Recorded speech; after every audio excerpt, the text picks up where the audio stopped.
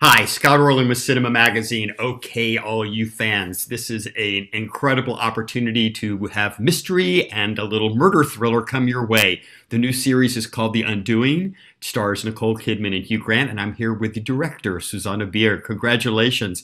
You know, Thank watching the you. show, I kept thinking of like it's watching a chess match. And you never know Right. the move the next player is going to make. And every time they make the move, which is the end of every episode, you're going, oh, I did not see that coming. Well, that's exactly what we intended. That's exactly what we intended. And we wanted, I mean, it is, and I have to say, as a director of 6 episodes and having such a huge show, which is essentially shot like a feature film. So you like shoot a scene from episode 2 in the morning and 6 in the afternoon. It's a bit like having a few chess games running at the same time. So I kind of felt like I would go to sleep kind of having like 4 chess games going on at the same time, trying to keep track of which character knows what at this point, and what is the audience thinking at this point, and want to do we want to seduce them to think something else? Do we want to, yeah. So Talk a little bit, but obviously in television and film, there have been a lot of this genre type of story. Were there any that you went back on to look at tone, at pacing, just to kind of like, or not base your show on, but just to kind of help guide you or the actors?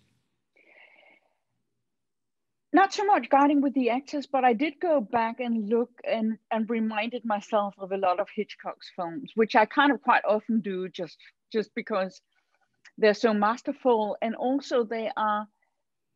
I guess there's also that sense that a lot of his movie has a female protagonist, and I just thought it was kind of interesting, and I mean, we're all indebted, like any filmmaker is indebted to Hitchcock, but it was interesting looking at them for this. And you mentioned Hitchcock. I was going to save this question for the end, but I'm going to do now. He always put himself in a little cameo in I his did. work. Do you ever want? Are you ever tempted to do that?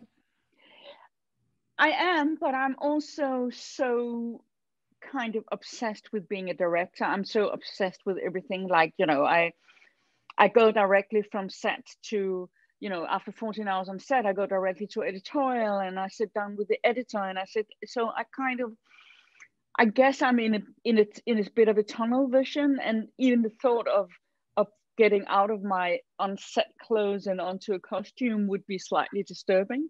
Um, so for some reason, I did it. I've done it a couple of times, and it does feel a bit distracting. I want to ask you because obviously Nicole is the producer as well on this project. It's based on a book that you're coming through. What kind of discussions did you have with her? Because she's kind of our navigator through this story. And obviously, we keep going down different paths, especially as the audience suspicions who, what, when, where, why. I mean, here's the thing about Nicole, that when she's acting, she's totally an actress. She just throws herself with no limitations. She becomes this other person. And and then you said cut, and then you might speak on the phone in the evening and you kind of go, um, how shall we deal with this? And she's totally a producer, and she's totally, I mean, it's like having an ally and holding hands with an ally. I mean, she would do anything for the show. She would kind of, and she's so, I mean, she came to Hollywood when she was very, very young, and she knows how everything works. But so she's super savvy and super smart and clever about everything. But more than anything, she's a very, very loyal and uncompromising companion in terms of the artistic endeavor. I have to ask you this because as audiences watch this show, she likes to take a lot of walks through the streets of New York, which you make New York incredibly seductive in this. But how the hell do you get Nicole alone on the streets of New York without people around looking or gawking? It was really interesting. It we actually did. We actually did a lot of times, and we were anticipating huge issues with it, and we were anticipating huge issues, and we did at times have, you know, There were times when paparazzis or fans or something realized, but I want to say 85% of the time it was kind of seamless. And I think it's because New York. I think New York is sort of maybe the one place in the world where people are more busy leading their own life than paying attention to a film crew. I mean, it did happen, but it was in no way sort of preventive.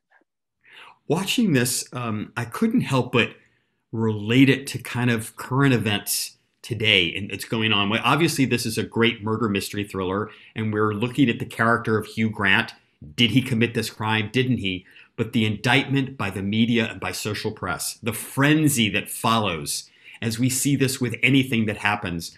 What kind of insight were you showcasing in that regard?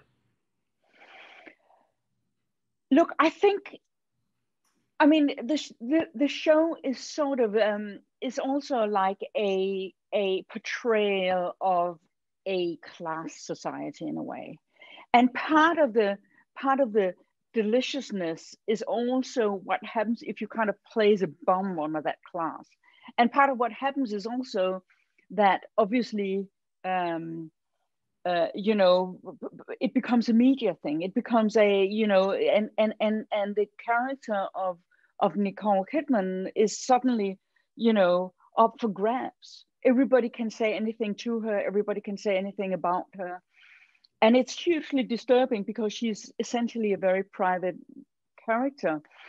And it was it was kind of interesting hitting that balance. It was also interesting hitting that balance of the entitlement of the world of privilege, the oblivion of the world of privilege. You know, the world of privilege where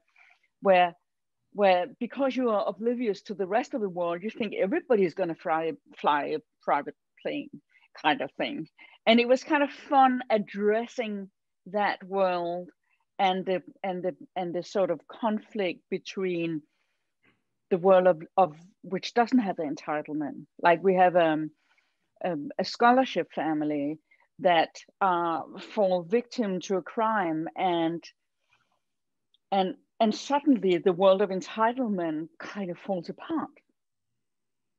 Right. And it's also an interesting insight into the secrets of marriage, too. So that's great. It's very much a story about a marriage. It's very much a story about how far are you going to go for love? I mean, and the person you love, is that the person you think you love, is that the person who is really the same person? And I think that the sort of undermining of trust and the undermining of feeling secure in your love is just kind of makes the world come apart. And that was incredibly fascinating. My life is coming apart because I need to see that last episode. You're keeping me hanging. The show is called The Undoing. Susanne Bier, thank you so much. This is Scott Orlin. Until next time. Thank you.